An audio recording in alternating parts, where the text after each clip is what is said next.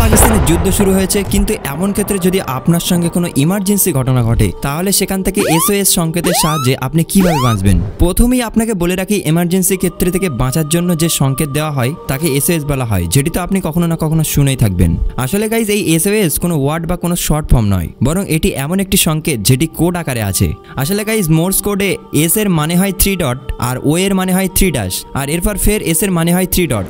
অর্থাৎ এটি এমন একটি চমৎকার কোড যেটি লাইটের মাধ্যমেও দেওয়া যায়, আবার সাউন্ডের মাধ্যমেও দেওয়া যায়। তো এবার আপনি হয়তো বলতে পারেন যে এই SOS সংকেত কিভাবে দিতে হয়, তো আসুন এটাও বলে দিচ্ছি। তবে তার আগে ভিডিওতে একটি লাইক দিয়ে চ্যানেলটিকে সাবস্ক্রাইব করুন। আরে বাসাতে চিন্তা করছেন কি, একটি ক্লিকেরই তো ব্যাপার, কিপটেমি না করে করেই দিন না। ওয়েল, তো প্রথমত দেখুন, যদি চারিদিকে অন্ধকার হয়ে যায় তাহলে এক্ষেত্রে এই কোডটি পাঠানোর জন্য আপনাকে প্রথমে S অর্থাৎ দ্রুতভাবে 3 বার লাইটটি জ্বালাতে হবে, আর এরপর O অর্থাৎ একটু স্লোলি 3 বার লাইট জ্বালাতে হবে, আর এরপর ফের S অর্থাৎ আবার দ্রুত 3 বার লাইট জ্বালাতে হবে, যার ফলে রেস্কিউ টিম এটি দেখলে তারা বুঝে যাবে যে এখানে আপনি আছেন এবং আপনার সাহায্যের খুবই দরকার।